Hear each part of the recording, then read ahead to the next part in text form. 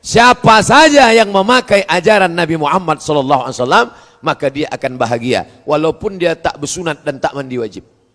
Begitulah janji Allah Subhanahu wa taala. Buka kitab fikih Islam Said Sabiq, dalam fikih sunnah Said Sabiq, dalam pembahasan masalah wakaf, sedekah.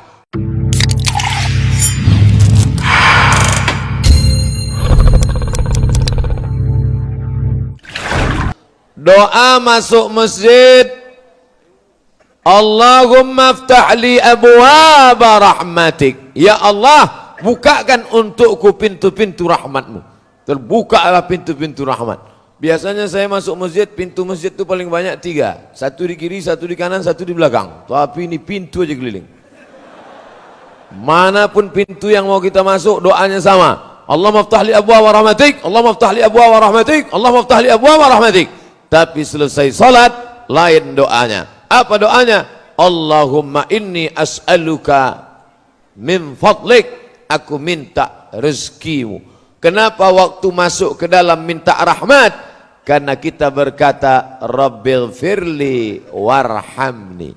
Aku ni banyak dosa, aku ni banyak silap, aku ni banyak salah, rahmati aku. Tapi ketika keluar dari masjid, yang diminta adalah bukakan pintu-pintu rezekiku. Karena begitu keluar, orang langsung menuju usaha rezekinya. Dia ada toko, jaganya tokonya. Dia ada ruko, dijaganya rukonya. Dia ada kebun, pergi dia ke kebun. Dia ada tambak, pergi dia ke tambak. Dan saya dapat pesan dari kawan saya, nanti Ustadz Somad kalau mau makan udang, pergilah tempat Ustadz Sofyan Saha, kata dia.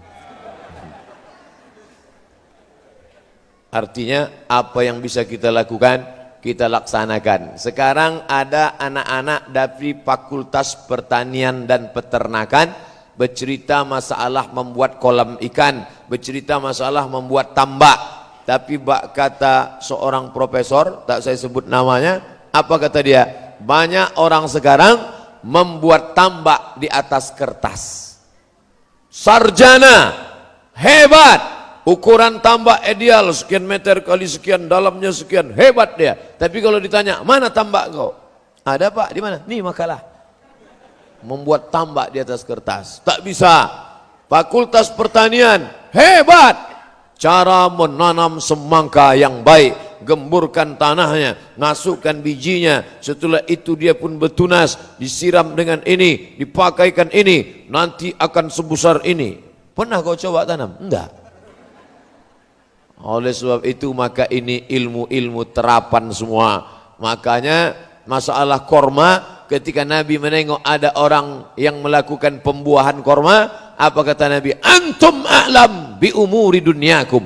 Kalian lebih mengerti masalah urusan dunia, bercocok tanam, bertani dan berkebun. Silakan kalian berkreasi, silakan kalian berimajinasi, silakan kalian berinovasi dalam masalah pertanian, peternakan. Yang punya ibadah kambing kita, lahir anak, akikah kambing, anak bersunat potong kambing. Apa pula bersunat potong kambing?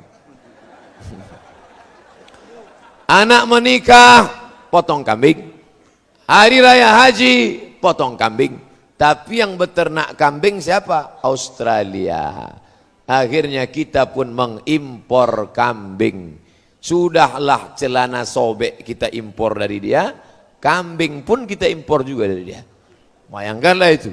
Gandum, yang punya kebun gandum paling luas siapa sekarang? Amerika. Sampai-sampai menyiram gandum itu pun pakai helikopter. Bayangkan itu, saking luasnya tanaman gandum. Padahal yang menyuruh bercocok tanam itu Allah Ta'ala. Tapi alhamdulillah di Binjai ini nampaknya orang memang hobi bercocok tanam. Sampai di dalam masjid pun bertanam dia. Hebat. Usahlah Ustaz ajari kami masalah bercocok tanam. Ada pokok tak berbuah, ada pula buah tak berpokok. Ada semua di sini. Bapak Ibu yang dimuliakan Allah Subhanahu wa taala. Oleh sebab itu dalam Quran banyak sekali bercerita tentang tanam-tanaman, cerita tentang iman. Contohnya tanaman, kasajaratin thayyibatin, seperti pokok yang baik. Bagaimana pokok yang baik? akarnya menghunjam ke dalam tanah, wa far'uha fis sama, pucuknya naik ke atas. Cerita tentang apa? Tentang iman. Cerita tentang iman tapi isinya tanam-tanaman. Cerita tentang sodakoh, tanam-tanaman. Bagaimana kalau kami bersodakoh pahalanya banyak? Banyaknya macam mana? Kama sali habbah, satu biji, ambatat sab'a sanabil, tumbuh 7 bulir 7 cabang. Wa fi kulli sumbulatin mi'atu habbah, dalam satu bulir ada 100. Satu tumbuh 7 berisi 100. Tumbuh 1, tumbuh 7, tumbuh 100, kali 1 kali 7 kali 100, 700. Wallahu yudha'ifu liman yasha'. Allah Maha Kuasa melipat gandakan lebih banyak daripada itu. Wallahu wasi'un alim. Allah itu maha luas karunia-Nya. Maka yang hobi bercocok tanam, tanamlah. Tanam sawit, tanam karet, tanam getah, tanam jagung, tanam segala tanam-tanaman. Saya tak ada bakat bercocok tanam, Pak Ustaz. Saya tak mau berkubang dengan tanah, tai kambing, tai sapi, pupuk urea, pupuk macam-macam. Saya maunya yang bersih, menjaga toko. Maka selesai solat, fa idza qudiyatis shalah, kalau solat sudah dilaksanakan, fantashiru fil ard, bertebaranlah kalian di atas muka bumi Allah, wabtaghu min fadlillah, carilah karunia Allah subhanahu wa ta'ala. Tapi jangan lupa, setelah engkau bekerja, kau tetap berzikir mengingat Allah. Wadhkurullaha katsira, berzikirlah mengingat Allah banyak-banyak. Mudah-mudahan kalian mendapat rezeki Allah. Mengapa Bapak Ibu bisa nyaman mengaji subuh ini? Kenapa besok ada pula kajian lagi? Subuh berjamaah, kajian duha, malam kajian tafsir bersama Ustadz Dr. Sofyan Saha. Mengapa orang bisa nyaman? Karena ada yang dimakan. Berapa banyak saudara-saudara kita pagi langsunglah dia bekerja, mencari barang-barang bekas, mencari makan-makanan bekas. Kenapa? Karena tak ada yang bisa untuk dimakan siang nanti, mesti dia mengais pagi ini. Oleh sebab itu, kada al-faqru, hampir saja fakir, hampir saja miskin, ayyakuna kufran, menjadi kafir. Antara fakir dengan kafir tipis, kafir, fakir. Hanya orang-orang fakir sajalah yang imannya bisa dibeli dengan baju bekas, imannya bisa dibeli dengan mie instan, imannya bisa dibeli dengan baleho, imannya bisa dibeli, suaranya pun bisa dibeli. Kita tengok di beberapa daerah di Indonesia, kalau sudah mau pemilu kada, disawernya duit 50.000, habis, selesai. Tapi di Binjai, orang yang ekonominya mapan, kalau ada calon anggota legislatif, calon bupati, calon wali kota, calon gubernur, dia siram 50.000, ambil uangnya, takkan kami coblos orangnya. Tak laku di Binjai. Di Binjai takkan laku duit 50.000. Kenapa? Karena orangnya ekonomi mapan. 500.000 tidak. 5 juta istikharah kami dulu. Bapak Ibu yang dimuliakan Allah Subhanahu wa taala. Oh, gitulah hebatnya ekonomi. Oleh sebab itu, ekonomi ini harus dibangkitkan kembali. Ternyata yang mengundang saya para entrepreneur, usahawan muda. Tadi malam pas sedang makan, tiba-tiba saya lihat ada macam sate. Mau saya tanya, tentu kita malu. Saya tak mau nanya, saya tengok aja. Oh, kalau tanya kan nampak bodoh kita. Apa? Kan tidak pula kita tanya, apa ini? Dia mana? Tengok, oh sate kerang rupanya. Siapa yang punya? Ini usaha kita Pak Ustadz. Jadi kalau selama ini orang bawa bolu, selama ini orang bawa makanan manis-manis, sudah banyak yang kenyak kencing manis, diabetes meletus. Maka kami sediakan, nih kerang, sampai dibawa ke Bandung, ke Jakarta. Berapa lama tahannya? 10 jam. Jadi kalau mau pergi ke Jakarta, ke Bandung, bawalah kerang, sate kerang tadi. 10 jam. Asal nampak delay lewat, makanlah. Kok tidak busuk dia, habis. Nah, ini entrepreneur. Ustadz, kalau kami yang ngundang, insya Allah semuanya halal. Karena kami hanya menempatkan ustadz-ustadz yang kami undang di tempat yang halal. Begitu saya duduk, langsunglah datang sup. Tak juga saya tanya, saya tengok aja. Belendir saya tengok. Ini maulah sup bekicot nampaknya. Dikasih tahu sama yang melayani itu, ini Pak, ini namanya sup asparagus katanya. Tak pula saya tanya, apa asparagus tuh? Asparagus kata dia, asparagus ketawa kan? Saya makanlah. Cuman rasanya Pak? Susah diungkapkan dengan kata-kata. Macam mingus. Belum, tapi sedap. Mantap. Jagung dicampur sama asparagus. Biasanya yang melayani itu kan perempuan. Awak ustad, pakai peci, pakai koko, pakai sorban, duduk di rumah makan. Yang melayani anak gadis pakai rok pendek. Oh pun tak khusyuk makan. Sama. Tapi di hotel tempat saya menginap sekarang, pelayannya laki-laki, cap lonceng semua. Masya Allah. Masuk ke dalam kamar, biasanya di kamar itu lukisan orang, pakaian tak sopan. Begitu masuk ke dalam, tertulis di atas kamar, Allah Muhammad. Saya tengok pula di sudut, ada Al-Quran. Saya pernah menginap di salah satu hotel, saya buka lacinya, perjanjian lama dan perjanjian baru. Saya buka Matius, Markus, Lukas, Yohanes, Paulus. Tak bisa kita salahkan, tak bisa kita marah. Kenapa kau letakkan di sini? Ini hotel punya aku, ini kitab punya aku. Kau mau tinggal sini, tak mau pergi sana cari lain. Tapi tempat saya menginap, saya tengok Al-Quran, Masya Allah, ada pula sajadahnya. Saya sampai di Jakarta, masuk di hotel. Begitu sampai ke dalam, tak tahu mana arah kiblat. Akhirnya paksa bertanya sama abang kita, abang Gogel. Ada yang menyebut Mbah, dia belum tua. Kalian panggil Mbah. Buka Gogel, di mana arah kiblat ini? Enter, ditunjukkannya. Sana kata dia, sana. Kami pun sholat lah. Allahu Akbar. Selesai sholat, pas sholat asar kami tadi ke sana kata dia. Jadi Google ini pun tak juga bisa kita percaya. Tapi di tempat saya menginap sekarang langsung tertulis arah kiblat. Ini siapa yang punya ini? Ini entrepreneur, businessman muslim kita. Makanya saya bangga yang menyambut ini anak-anak muda. Masya Allah, mereka ini yang akan membangkit ekonomi umat di masa akan datang. Allahu Akbar. Dari mana Ustaz tahu ini anak-anak muda? Dari bunyi teriakan Allahu Akbarnya. Makanya tadi berapa kali dipancing Allah. Kalau orang tua mana gitu, Allah Akbar, Allah menggeletar tangannya, Allah. Tapi anak-anak muda ini luar biasa. Selama saya berceramah, rasanya baru inilah kamera paling banyak. 1, 2, 3, 4, 5, 6, 7, 8, 9, 10, 11. Insyaallah sampai 11 kamera. Tapi nampaknya yang hidup 3 aja. Yang lain ini mati namanya.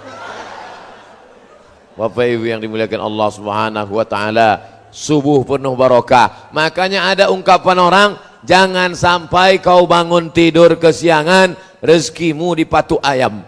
Itu bukan cerita omong kosong. Itu tidak ada dalam hadis sahih. Carilah di hadis sahih Bukhari, tak ada. Hai orang-orang beriman, bangunlah kau cepat-cepat, jangan sampai rezekimu dipatuk ayam. Tak ada. Tak ada. Tapi itu diamalkan orang Cina. Maka saya menjadi dewan juri tanggal 12 bulan 12 2012. Tanggal cantik. Tanggal 12 bulan 12 2012. Dewan Hakim Musabaqah Tilawatil Quran. Kami pun tinggal di hotel. Dari hotel menuju ke penginapan, warung sudah buka, warung kopi. Belum lagi azan, warung kopi sudah buka. Tapi yang menjaga warung kopi bercelana pendek. Ayah, cincai-cincai lah. Warung orang Islam tutup. Orang Islam bangunnya kapan? Jam 7.30. Jam 7.30 barulah dia bangun, gosoknya mukanya, habis itu dibentangnya sadadah. Habis itu tutupnya gorden, matikan lampu. Usolli fardhu subhi rak'ataini lillahi ta'ala. Allahu akbar. Inna salati wa nusuki wa mahyaya. Kata malaikat, ya Allah aku sentil nih, jangan dulu. Jangan dulu. Jam 7.30 kata dia, usolli fardhu subhi. La ilaha illallah. Itu entah di daerah mana lah itu. Tapi di Binjai ini Masya Allah, belum saya sampai sudah ramai menyambut, menarik-narik baju, menarik apa dipegang. Begitulah mereka. Mau dirasakan mereka gemuk apa tidak Ustaz nih? Itulah mereka. Masya Allah. Bapak Ibu yang dimuliakan, digambarkannya Nabi Muhammad itu miskin, susah, melarat, jubahnya compang-camping, tak ada yang bisa dimakan. Ini Nabi Muhammad SAW versi Snokhorgronj yang datang dari Belanda, habis itu masuk ke Makkah, pura-pura masuk Islam, dirubahnya namanya menjadi Abdul Ghafur. Untung tak Abdul Somad. Setelah itu 6 bulan dia di Makkah, dikawaninya orang-orang Islam yang ada di Makkah. Selesai itu dia pun pergi ke Aceh, di obok-oboknya Aceh, di laga-laganya orang Aceh. Setelah hancur, dia pun balik ke Bandung. Dari Bandung balik ke Amsterdam. Snok murtad Horgronj, neraka jahanam tempat dia. Nah, itulah yang merusak Islam. Digambarkannya Nabi Muhammad itu miskin, susah, melarat. Maka bacalah sejarah Nabi Muhammad SAW yang ditulis oleh para ulama. Yang paling tua Sirah Ibnu Ishaq, dilanjutkan oleh Sirah Ibnu Hisham, dilanjutkan oleh ulama-ulama sampailah ulama kontemporer. Syekh Muhammad Said Ramadan Al-Buti ada menulis, Syekh Al-Mukarram Mustafa Sibai ada menulis, ada pula yang ditulis oleh Syekh Muhammad Al-Ghazali ada menulis, ada pula macam-macam sejarah Nabi. Tapi yang the best, terbaik, ditulis oleh Syekh Safiur Rahman Al-Mubarak Furi dari India. Penulis sejarah Nabi terbaik di dunia, pemenang Nobel nomor 1, ditulis oleh Syekh Safiur Rahman Al-Mubarak Furi dari India. Bukan dari Mesir, bukan dari Makkah, bukan dari Madinah, tapi dari India. Allah mau menunjukkan derajat India, negeri muslim. Peninggalannya Taj Mahal, ulamanya Al-Kandahlawi, India. Maulana Ishaq, India. Maulana Zakaria, India. Safiur Rahman Al-Mubarak Furi, India. Tapi anak-anak kita sekarang asal udah disebut India, tahu apa kau India? Amitabh Bachchan, Kuch Kutahe, Kabi Kaciham. Ibu-ibunya pula apa India? Joda Akbar. Neleng merusak ini. Apa ibu yang dimuliakan Allah Subhanahu wa taala, Syekh Safiur Rahman Al-Mubarak Furi dalam kitab Ar-Rahiq Al-Maktum yang pernah mendapatkan Nobel sejarah Nabi Muhammad terbaik, apa kata dia? Nabi Muhammad sallallahu alaihi wasallam menikah dengan Khadijah, maharnya isruna bakarah, 20 ekor unta. 20 ekor bakarah. Kalau unta yang sudah dewasa namanya ibil. Afala yanzuruna ilal ibili kaifa khuliqat. Disebut juga dengan naqah, tapi unta yang masih anak, masih muda, bakarah. Kira-kira unta muda ini berapa lah Pak Ustadz? Sekitar 35 sampai 50 juta. 35 juta kali 20 sama dengan 700 juta. Anak muda umur 25 tahun menikah, maharnya 700 juta. Orang kaya apa orang miskin? 700 juta. Tolong angkat tangan yang nikah kemarin maharnya 700 juta. Menyesallah ibu-ibu yang kemarin nikah maharnya seperangkat alat sholat dan kitab suci Al-Quran. Itu masih untung. Ibu-ibu nikahnya dulu seperangkat alat sholat, seperangkat alat sholat dan kitab suci Al-Quran. Yang anak-anak muda ini sekarang, kupinang kau dengan bismillah. Gaya bolehlah. Wow, pergi tuh kok. Oh, halal tidak. Pak, izinkan aku meminang anakmu. Berapa? Dengan bismillah. Bapak, pigo balik. Bapak Ibu yang dimuliakan Allah Subhanahu wa taala. Jadi jangan katakan Nabi Muhammad itu miskin, susah melarat. Itu kan sebelum dia jadi Nabi Pak Ustadz. Umurnya waktu 75 tahun, dia masih bisnis. Dia pekerjaan Nabi pertama membawakan kambing-kambing. Kalau bahasa Jawanya ngangon.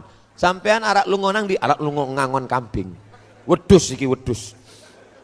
Tapi Nabi Muhammad sallallahu alaihi wasallam entrepreneur, dia berdagang. Ini barangnya bagus, harganya 25. Ini barangnya kurang bagus, harganya 15. Ini barangnya paling bagus, harganya 35. Dulu kalau ada ustadz berceramah 20 tahun yang lalu, ada ustadz ceramah, Nabi Muhammad tuh orangnya jujur, barangnya bagus 25, barangnya kurang bagus 15, barangnya paling bagus 35. Orang ketawa. Kiki. Kalau macam itu berdagang mana mau orang beli, tak laku lah kata dia. Sekarang apa yang terjadi? Cara Nabi Muhammad sallallahu alaihi wasallam itulah yang dilakukan orang sekarang di supermarket, di toko pasar buah. Kalau buahnya bagus 25.000, kalau kurang bagus 15.000, kalau bagus betul 50.000. Kalau macam ini 50 nih. Memang luar biasa sambutan masyarakat Binjai menyambut Ustadz. Cobalah tengok. Oh, cuman salahnya tak pula dibuka plastik. Nanti maksudnya. Bapak Ibu yang dimuliakan Allah SWT. Enggak, bercanda, tak masalah. Bercanda aja. Jangan terlalu serius sekali. Nah, maka yang dilakukan Nabi Sallallahu Alaihi Wasallam itu dilakukan oleh non-muslim sekarang. Orang Islam jual duku, dicampurnya duku bagus sama duku busuk. Akhirnya orang Islam yang membeli, begitu dibelinya ditengoknya dari jauh, duku besar, duku 10.000, begitu didekatinya setengah kilo. Penipu pembohong, duku besar, duku mantap, duku manis, begitu dimasukkannya duku yang busuk dari belakang hitam. Begitu dibelinya, apa kata dia? Inilah yang pertama dan terakhir ku beli, ku sumpah kan beli sana lagi. Tapi masuk dia ke toko buah non muslim, ditunjukkan non muslim, ini buku bagus, ini kurang bagus, yang ini paling bagus. Kalau yang dalam tong ini itu sampah tuh paknya Pak beli. Siapa saja yang memakai ajaran Nabi Muhammad SAW, maka dia akan bahagia walaupun dia tak bersunat dan tak mandi wajib. Begitulah janji Allah Subhanahu wa taala. Buka kitab fikih Islam Said Sabiq, dalam fikih sunnah Said Sabiq, dalam pembahasan masalah wakaf, sedekah.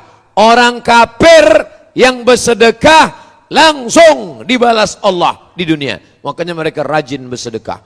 Dicarinya panti asuhan bersedekah. Kenapa? Kok kenapa rajin bersedekah? Hanya hoki lah. Setelah bersedekah saya, rezeki saya makin lancar. Ustaz, ya, kenapa orang kafir kalau bersedekah di dunia ini langsung dibalas Allah cash? Allah balas di dunia langsung cash, supaya di akhirat tinggal masuk neraka. Begitulah. Kejam sekali Ustaz ini. Kasihanlah dia Pak Ustaz. Kalau engkau kasihan menengok dia, orangnya sudah baik, banyak anak yatim ditolongnya, banyak panti jompo, panti asuhan dibantunya, kasihan nengok dia. Maka panggil dia, hai saudaraku, ya, maukah engkau kuselamatkan dari neraka jahanam? Mau. Bagaimana caranya? Kau sebutkan passwordnya. Asyhadu an la ilaha illallah wa asyhadu anna Muhammadan Rasulullah. Masalah gunting pita, jangan kau takut. Tak sakit.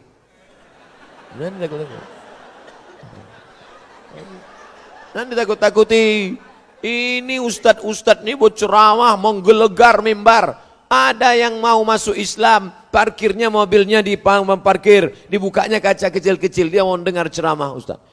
Ustaz pula menggelegar di atas mimbar. Yang pertama kali berkhitan Nabi Ibrahim, umur 80 tahun, disunat pakai kampak. Dengar kampak takutlah dia. Coba kalau yang ceramah itu Ustaz Sofyan Saha, suaranya lembut, tenang. Ustaz kok tahu? Saya mendengar ceramah beliau di masjid terbaik 2015 Rokan Hulu, Masjid Islamic Center Pasir Pangarayan. Beliau yang ceramah. Saya tengok gayanya tenang. Rupanya kalau kita dokter tuh tenang berceramah. Gitu. Ini kenapa tak tentu arah LCMA? Lagi cemas menghadapi anak-anak muda. Wah. Bapak Ibu yang dimuliakan Allah Subhanahu wa taala. Ini dia tulisannya, sedekah bareng. Coba tengok. Oh, nampak? Sedekah barang, berbagi harta, berbagi cinta. Kenapa mereka bisa berbagi harta? Karena mereka punya harta yang terbaik. Ya Rasulullah, ya ummi matat, emakku mati. Afa atasadaqu anha? Kalau emakku mati meninggal dunia, boleh aku bersedekah? Kalau aku bersedekah pahalanya sampai apa tidak? Tasaddaq, bersedekahlah engkau. Apa sedekah yang paling afdal ya Rasulullah? Saqyul ma', memberi air minum. Sedekah yang paling afdal memberi air minum. Makanya dikasih air minum sampai 3 botol. Dan sedekah yang sudah dikasih tak boleh ditolak. Maka kita terima. Bismillahirrahmanirrahim.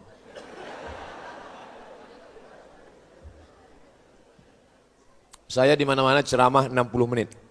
Sesuai yang tertulis di botol 600 ml. Asal habis 60 menit, stop. Tapi rupanya cerita itu sudah bocor ke Binjai. Akhirnya mereka pasang 3 botol. Maulah 3 jam baru selesai. Gitulah hebat. Kenapa tidak bermerek? Ini kan jadi masalahnya. Kenapa tidak bermerek? Karena yang punya merek kafir. Ustadz ini ustadz provokator ini, provokatif ini. Kenapa ustadz bilang kafir, kafir, kafir? Tak boleh pakai kata kafir Pak Ustadz. Kalau tak boleh pakai kata kafir, gimana kita baca ayat? Qul ya ayyuhal non muslim. Ini bilang qul ya ayyuhal kafirun. La ayyuhal kafirun. Hai orang-orang kafir. La a'budu ma ta'budun. Wala antum abiduna ma'abud. Wala ana abidu ma'abadtum. Wala antum abiduna ma'abud. Lakum dinukum waliyadin. Kenapa tidak umat Islam yang paling banyak minum air, yang menceritakan manusia diciptakan dari air, yang menceritakan kulla syai'in hayy, yang diciptakan daripada air, yang diceritakan sedekah paling afdal adalah air. Utsman bin Affan bersedekah wakaf sumur air. Kenapa tidak memproduksi air mineral, air bersih, padahal yang punya air kita, yang mengalirkan air kita, dan yang buang air pun kita. Tapi kenapa kita tidak memproduksi air? Pertanyaan besar umat Islam. Maka di masa akan datang yang sudah kuliah Fakultas Ekonomi, silakan. Kau sekolah di mana? Saya ngambil ekonomi Pak Ustadz. Fakultas apa? Fakultas Ekonomi. Titelnya apa? SEAK, Sarjana Ekonomi Akuntansi. Lanjutkan. Ini sekarang umat Islam ini sekuler, liberal. Kalau belajar hadis masuk surga. Belajar fikih masuk surga, belajar tafsir masuk surga, belajar ekonomi masuk neraka, belajar bahasa Inggris masuk neraka. Ini orang konservatif tak tentu arah.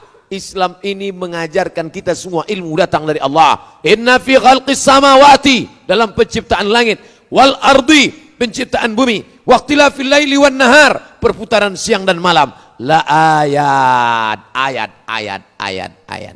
Ustadz Somad, ya, saya sekarang Fakultas Ekonomi Pak Ustadz, rencana mau ngambil S2 Ekonomi, saya lanjutkan apa berhenti? Lanjutkan! Untuk apa Pak Ustadz? Engkaulah yang akan membangkitkan ekonomi umat di masa akan datang. Ini banyak anak-anak muda ini, setelah dia hijrah, bawaannya mau mati aja. Kau rencana S2 mau kemana? Saya tak jadi S2 Pak Ustadz, mau mati aja.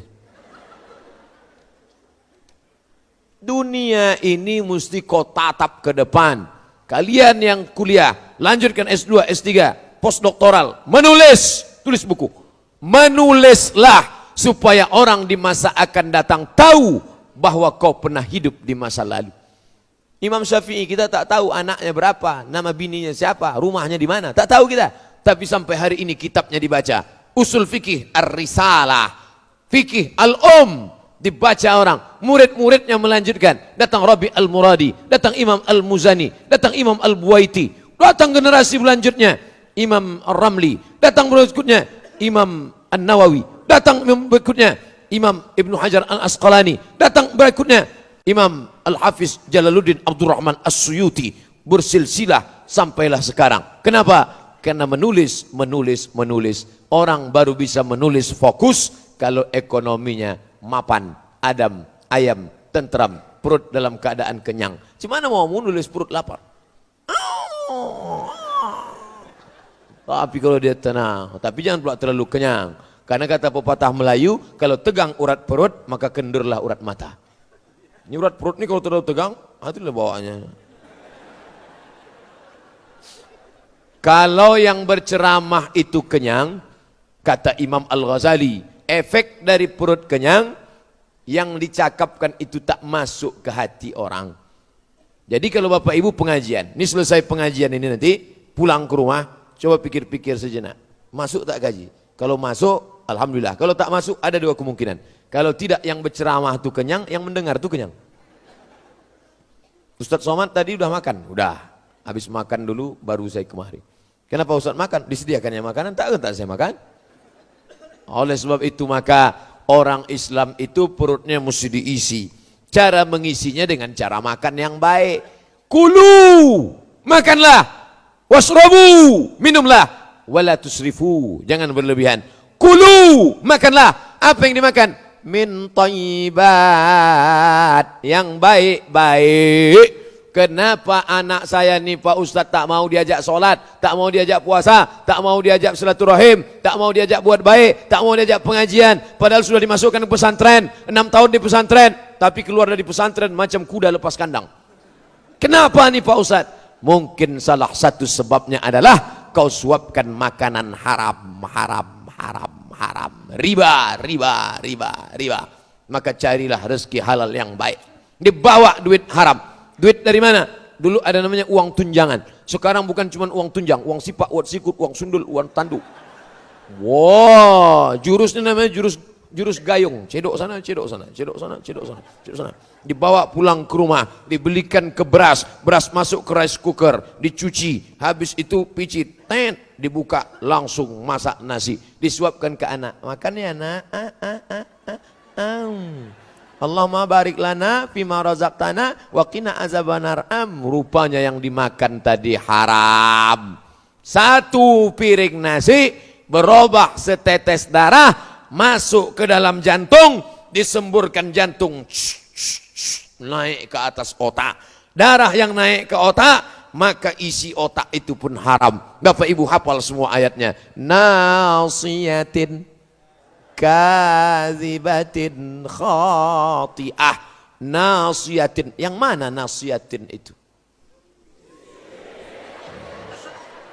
Kalau nampak anak bayi kecil bergerak-gerak, itulah nasiyatin.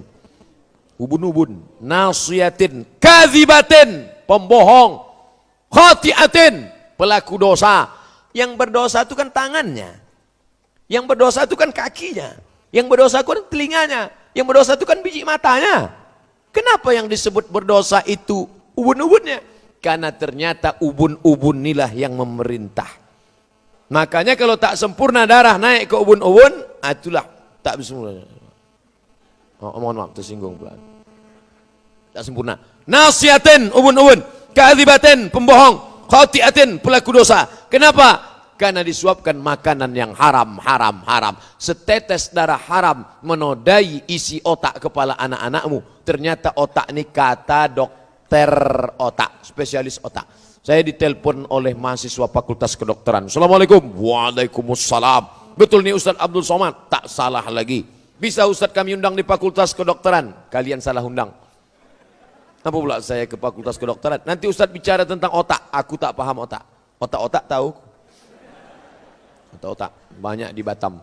Nah, rupanya Pak Dokter Otak menjelaskan, Ustadz Somad, otaknya ada 4, otak muka, otak belakang, otak kanan, otak kiri. Otak yang di depan inilah yang berpikir. Otak di depan nih, maka pikirnya rusak. Gara-gara apa? Kita kasih makan haram.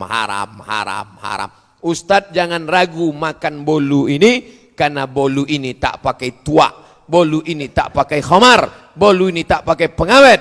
Ustadz makan, maka makan saya bolu.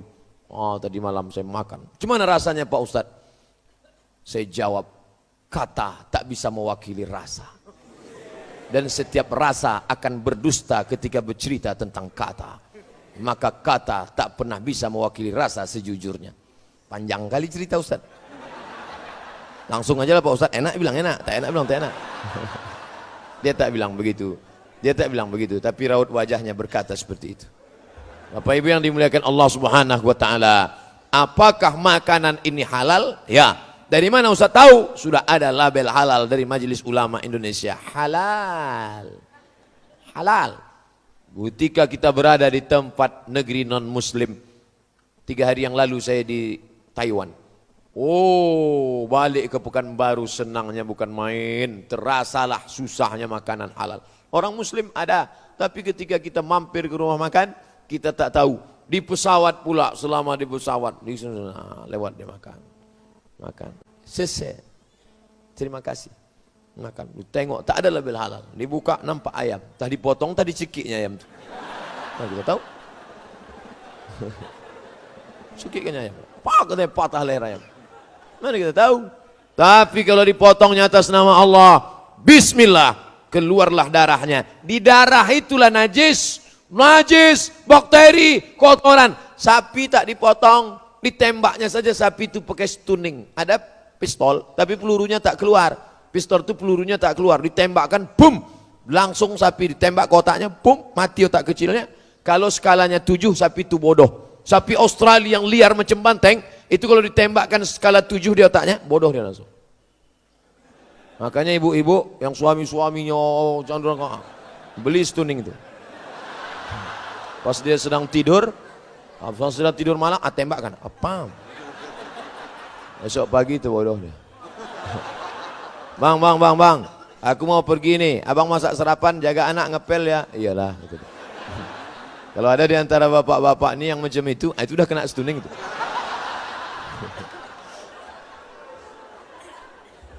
Tapi kalau skalanya dinaikkan 8, 9, 10, sekali tembak, pup, mati. Mati sapi, darahnya tak keluar. Darah bercampur dengan daging, itulah dia bergumpal biru-biru. Akhirnya dipotong daging. Tadi pakai mesin pula, dipotong, dikerat. Lalu kemudian diletakkan di atas api. Tak masak. Masukkan ke roti. Kasihnya saus. Makan, wow, barbecue. Begitu selesai dimakan, mata berkunang-kunang, kena penyakit apa namanya? Mad cow. Mad sakit, cow sapi. Mad cow sapi gilo. Oleh sebab itu datanglah ajaran Islam mengajarkan. Bagaimana caranya? Disembelih bismillah, Allahu Akbar. Pisaunya ditarik dari bawah. Ini pisau, tarik dari bawah. Bismillah. Kenapa tak dari atas ke bawah? Kalau dari atas menyembur darahnya ke atas. Ustadz pernah motong? Enggak. Tahu dari mana? Kata orang gitu. Saya golok ada di rumah. Ustadz, belilah golok ini. Berapa harganya? 500.000 untuk persiapan hari raya kurban. Oke, ada saya beli. Begitu dah saya potong, menengok wajah sapi itu, tak sampai hati saya. Saya ini walaupun ceramah keras, tapi hati saya lembut. Menengok sapi itu tak sampai hati saya. Gimana Pak Ustadz? Ustadz yang potong, kalian yang potong. Kalian yang potong. Tapi kalau udah masak, tak pula sampai hati kita meninggalkannya kan? Itu pula dia. Bapak Ibu yang dimuliakan Allah Subhanahu wa taala. Suatu ketika datanglah orang menelpon saya. Assalamualaikum. Waalaikumsalam. Suaranya tersengal-sengal seperti orang habis berlari. Assalamualaikum Pak Ustaz. Assalamualaikum Pak Ustaz. Waalaikumsalam. Ini ada kambing ditabrak mobil Pak Ustaz. Terus gimana? Mau kami sembelih? Boleh Pak Ustaz. Langsung sembelih. Takutnya mati nanti. Yalah. Disembelih. Selesai sembelih, mati kayak. Lupa saya nanya, kambing siapa? Cara motongnya sudah benar. Cuma punya siapa? Ini halal, jambu ini halal, anggur korma ini halal, jeruk ini halal. Tapi apakah punya siapa? Ini banyak orang sekarang tak tahu tak jelas punya siapa. Punya siapa? Asal sudah diletakkan di meja, punya ustadz lah itu. Dah. Tak perlu pula pakai penyerahan aku serahkan ini satu tunai. Tak perlu. Urf, itulah berlaku urf. Asal sudah kami letakkan, tak perlu tanya-tanya lagi. Bapak Ibu yang dimuliakan Allah Subhanahu wa taala, maka kita jaga ini, jaga makananmu. Kau jaga makananmu, takun mujabud dakwah. Kau jaga makananmu, doamu akan makbul. Makanan yang halal mempengaruhi doa. Allahumma hadina fi man hadait. Amin. Wa'afina fi man afait. Amin. Kata Nabi SAW, rajulun, ada orang, as'as, rambutnya kusut, aghbar, berdebu. Kenapa rambutnya kusut dan berdebu? Tak mandi-mandi. Kenapa dia tak mandi? Takut kalau dia mandi rambutnya gugur, bayar dam. Dia sedang dalam keadaan ihram, musafir, perjalanan panjang. Ya muddu yadayhi ila sama', diangkatnya tangannya ke langit. Ya Rab, ya Rab, ya Allah, ya Allah. Tapi doanya tak dikabulkan Allah. Kenapa? Mat'amuhu haram, makanannya haram. Masrabuhu haram, minumannya haram. Kalau gitu tak usah belikan makanan, tak usah belikan minuman, lalu belikan pakaian, belikan jilbab. Malbasuhu haram, pakaiannya haram. Wa ghuziya bil haram, disuapkan makanan haram. Makanya saya kalau diundang oleh lembaga-lembaga riba, koperasi riba, kerjasama riba, bank riba, nah, diundangnya saya, Ustaz ceramah, saya tak bisa datang, tolonglah Pak Ustaz, saya tak bisa datang, tolonglah Pak Ustaz. Lama-lama capek saya, yalah aku datang. Dikasihnya air minum, tak saya minum, riba, gimana saya minum? Ustaz tak minum, tidak. Dikasihnya kue, tak saya makan. Dikasihnya duit, saya bawa. Duit itu saya kumpul banyak-banyak. Ini dari koperasi riba, ini dari bank riba, ini dari kumpul banyak. Pas mau puasa, saya bagikan ke fakir miskin. Sikit-sikit pula kecil, bagi-bagikan aja lah. Tapi kalau banyak, itu tak susah. Ini Pak Ustaz banyak, ini tak riba Pak Ustaz. Ulama tak sepakat dalam masalah. Ada beberapa mazhab ini. Ada Hanafi, ada Maliki, ada Syafi'i, ada Hambali. Bapak Ibu yang dimuliakan Allah Subhanahu wa taala. Nah, kalau sudah duit banyak, barulah cerita pembangunan masjid yang indah, Masya Allah. Itulah gunanya pakai kubah. Ini kubah namanya, kubbahtun, kubah. Kenapa pakai kubah? Karena arsitektur melengkung, kan melengkung kubahnya. Kalau melengkung tak perlu ada tiang di tengah. Kan tak ada tiang tengah kan? Tak ada. Kenapa? Karena atapnya melengkung. Kalau tak ada tiang di tengah, sop tak putus. Maka sop tak putus. Mantap. Saya pun ceramah tak terhalang. Kalau ada tiang-tiang di tengah itu, yang pertama banyak orang bersandar. Yang kedua, mata kita tak jelas menengok jamaah. Yang ketiga, ayat-ayat itu tak sampai ke telinga jamaah, tersangkut di tiang-tiang itu. Tapi siapa yang membangun masjid nih? Siapa yang mewakafkan tanahnya? Siapa yang mewakafkan batu, semen, kosen? Siapa yang mewakafkan? Ini orang-orang kaya, luar biasa, wakaf. Nih, ada pula gambar saya di belakang. Wakaf, luar biasa. Oleh sebab itu, man bana masjidan, siapa yang membangun masjid, banallah mislahu baitan fil jannah, dibangunkan Allah untuknya satu istana di dalam surga. Dari mulai tadi malam, kabarnya tadi malam saya dapat SMS, Ustadz ini ada foto WA, WhatsApp. Dari mana? Dari Masjid Raya, Masjid Agung. Dari Masjid Agung Binjai. Tapi pengajiannya subuh besok, jamaah sudah iktikaf Pak Ustadz. Ternyata tadi malam jamaah sudah iktikaf. Inilah yang kelompok VVIP, very very important person. Biasa iktikaf mereka dari tadi malam. Nah, entah wuduknya batal, kacau juga itu. Kalau sempat iktikaf dari tadi malam, keluar angin, mau ambil wuduk lagi, hilang seat satu. Luar biasa jihad masyarakat Binjai. Maka mengalirlah pahalanya kepada orang-orang yang berwakaf. Tapi Islam itu adil. Yang punya duit, wakaf. Yang punya semen, infak. Kami tak ada Pak Ustadz. Sodakoh itu adil. Yang punya semen, kau bawa 100 sak semen. Aku tak ada duit untuk beli semen. Likulli sulama minkum sodakoh. Setiap tulang-tulang sendimu kau pakai untuk bersodakoh. Aku memang bawa semen tak bisa, tapi untuk mengacau semen bisa. Maka diambilnya semen, batu kerikil, dikacaunya lah semua. Dia pun ikutlah ngecor sampai lecet-lecet tangannya, sampai luka, maka dia ikut pahala. Kau pilih dua dalam membangun masjid. Pertama, kau ikut ngasih duit, tak bisa, kau berikan tenaga. Jangan ya kau jadi orang yang ketiga. Ini ada orang ketiga, ngasih semen tak mau, ikut gotong royong tak mau, setelah masjid selesai baru dia tegak. Ini nampaknya miring tiangannya. Ini kalau ada orang model begini, ngasih semen tidak, ngasih batu tidak, nyumbang tidak, gotong royong tak mau, nyumbang pikiran tak mau, udah selesai baru ambilkan kepala, antukkan ke dinding. Biar agak lurus ampernya itu sedikit.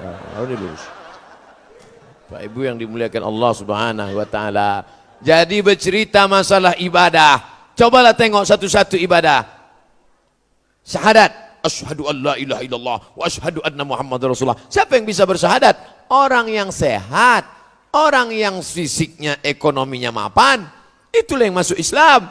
Orang-orang barat tuh banyak masuk Islam. Kenapa? Makannya cukup, tempatnya cukup. Orang susah tak sempat berpikir tentang akidah. Perut, makan, perut. Yang kedua, sholat. Siapa yang bisa sholat? Orang yang menutup aurat. baina surrati wa rukbah, antara pusat ke lutut. Siapa yang bisa menutup pusat dan lutut? Orang yang mampu. Puasa, siapa yang bisa makan sahur? Siapa yang bisa berbuka? Orang yang punya makanan. Haji, transportasi, akomodasi, konsumsi.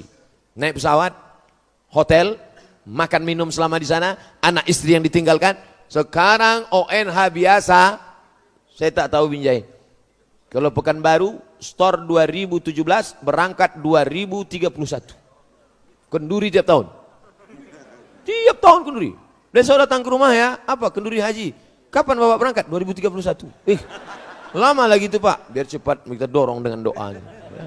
Begitu 2030, datang malaikat maut. Mati. Yang mau cepat siapa? Duit lagi. Kau kapan berangkat? Tahun depan. Store kapan? Tahun ini. Kok cepat sekali? ONH fulus.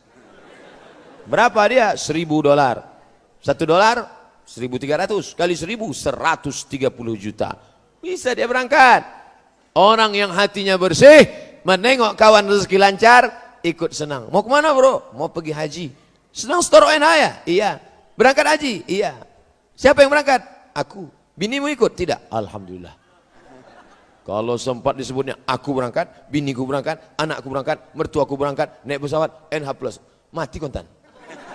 Busuk hati. Makanya makan bersih, hati bersih, muka sudah bersih, tangan sudah bersih, mata sudah bersih, tapi hati belum bersih, maka pengaruh makanan luar biasa. Makanya tak boleh makan babi. Kenapa tak boleh makan babi? Karena makanan berpengaruh pada perbuatan. Kalau bapak ibu tengok ada orang yang seruduk aja, wah itu babi makannya. Memang tidak daging itu dimakannya, tapi paling tidak makanan-makanan olahan-olahan. Roti pakai kuas, kuasnya apa? Bulu babi. Kenapa pakai kuas bulu babi? Karena lembut, gurih. Nah, nanti kuas-kuas roti yang di rumah, coba cabut, bakar pakai lilin. Kalau terasa macam bau rambut dibakar, itu bulu babi. Semuanya. Merokok, pakai filter. Filternya apa? Hemoglobin, darah merah babi. Makanya ketika muncul isu hemoglobin filter dari darah merah babi, yang pertama unjuk rasa di Amerika adalah Zeus. Siapa itu? Yahudi. Orang Yahudi tak makan babi. Yahudi tidak makan babi. Haram bagi mereka babi. Maka mereka unjuk rasa. Kami tidak mau kalau filter rokok diambil dari hemoglobin darah merah babi. Karena kami tak mau makan babi tak langsung. Orang Islam tak ada unjuk rasa. Santai aja. Mau babi-babi lah.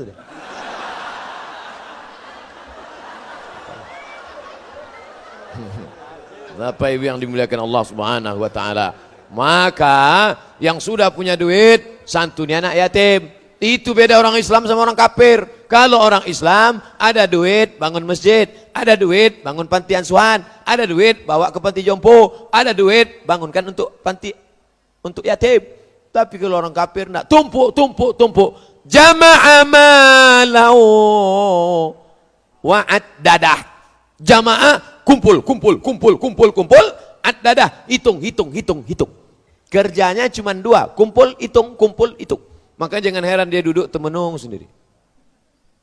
Apa itu? Itulah kerjanya, kumpul, hitung. Tiba-tiba tak ada angin, tak ada hujan, stres, mati, selesai. Orang Islam tidak. Kenapa asik kau mengurus toko ruko? Kenapa asik berdagang ternak, ternak lele, ternak ayam, ternak merpati, ternak puyuh? Kenapa? Karena aku ingin supaya ini banyak berbagi. Maka yang sudah punya bisnis silakan. Kamu banyak kebun sawitmu? Tak banyak Pak Ustaz. Berapa hektar? Malu saya nyebutnya sama Ustaz. Sebutlah. Ya sejauh mata mandang lah Pak Ustaz. Masya Allah. Kau tanam apa? Aku tanam karet getah Pak Ustaz. Berapa hektar? Tak banyak Pak Ustaz. Sebutlah sama Ustaz apa salahnya? Ya cukuplah untuk 70 keturunan Pak Ustaz. Mantap. Inilah yang akan selamat di masa akan datang. Membangun masjid, gotong royong, hatinya tenang, sholatnya khusyuk, membantu orang susah. Balik dari pengajian ini, cari MDA nanti sore. Habis sholat zuhur, pergi ke MDA. Assalamualaikum Pak Kepala MDA. Ya, berapa guru yang belum digaji? Berapa anak yatim yang belum bayar uang sekolah? Berapa pakaian yang compang-camping? Nih, tunjukkan daftarnya. Ini daftarnya. Ini. Bapak mau bantu? Enggak, mau nengok aja. Kau bantulah. Itulah yang akan menolong engkau di hadapan Allah Subhanahu wa taala. Kullu mri'in, semua orang di dunia tahta zilli shadaqatihi. Sekarang enak kita bernaung. Saya tadi dari Hotel Saka kemari, bernaung dalam mobil. Merek mobil tak boleh sebut, menjaga kode etik jurnalistik. Sampai di sini, bernaung pula di atap masjid. Kubah, kokoh, hebat, mewah, lampunya cantik. Sayang tak menyala. Keluar dari sini, masuk lagi nanti ke tempat jamaah. Pokoknya ada tempat bernaung. Tapi nanti di sana tak ada tempat bernaung. Jangankan atap masjid, jangankan atap hotel. Watakunul jibalu kal ihnil mau bulu kambing yang dihembus angin. Gunung Singgalang, Gunung Bromo, Gunung Kidul, Gunung Sinabung, macam bulu kambing yang dihembus angin, tak bermakna. Yang kaya-kaya, yang menyimpan emas, yang tabungan emas, macam bulu kambing dihembus angin, tak bermakna. Lalu tempat kita bernaung di mana? Tempat bernaung adalah sedekah. Sedekah yang dulu menginfakkan, mewakafkan kubah. Berapa dia dulu wakaf kubah? Berapa kau wakafkan kubah itu dulu? 500 juta. Maka tempat dia pun akan di bawah naungan. Macam inilah besarnya. Kau berapa dulu? 50 juta flyover. Kau dulu berapa? 5 juta. Itu plafon lah. Plafon.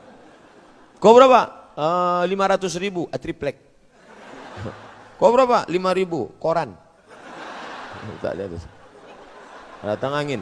Anginnya habislah. Sedekah 5.000 perak mau masuk surga. Wa adkhilnal jannata ma'al abrar. Ya Aziz ya Ghaffar, ya Arhamar Rahimin. Masukkan kami dalam surgamu ya Allah. 5.000 perak. Kata malaikat, apa nih Allah? Kata Allah, biarkan aja dulu. Mungkin habis selesai mendengar ceramah ini terbuka pintu hati. Sampailah hati dia pula menengok masjid yang sudah megah, mewah, masih dia pakai kayu-kayu. Ini kan dalam proses Pak Ustadz. Oh iya, dalam proses. Maka lanjut. Nama bapak kami tulis di daftar nih. Yang berwakaf nih, jangan tulis nama saya. Jangan tulis. Saya tak mau riak ini, riak. Buat aja situ hamba Allah. Hamba Allah berapa? 2.000 perak. Sedang parkir di mall aja sekarang 5 jam. 5 jam parkir di mall. Begitu saya keluar mau bayar 10 Pak. Apa 10? Kan 5. Bapak sudah masuk jam kedua. Jam kedua udah kena 10.000. Bayangkan itu. Oleh sebab itu maka inilah yang akan menolong kita di hadapan Allah Subhanahu wa taala. Saya mulai ceramah 5:30, sekarang 6:30, pas 1 jam. Cepat betul waktu di Binjai ini. Padahal di tempat lain kadang ceramah capek kita, baru setengah jam. Kadang berceramah setengah jam sudah keluar kuda Nil. Kadang berceramah setengah jam orang udah menunduk aja. Demikianlah tausiah ini saya sampaikan. Baru saja. Cepat betul Ustaz ceramah.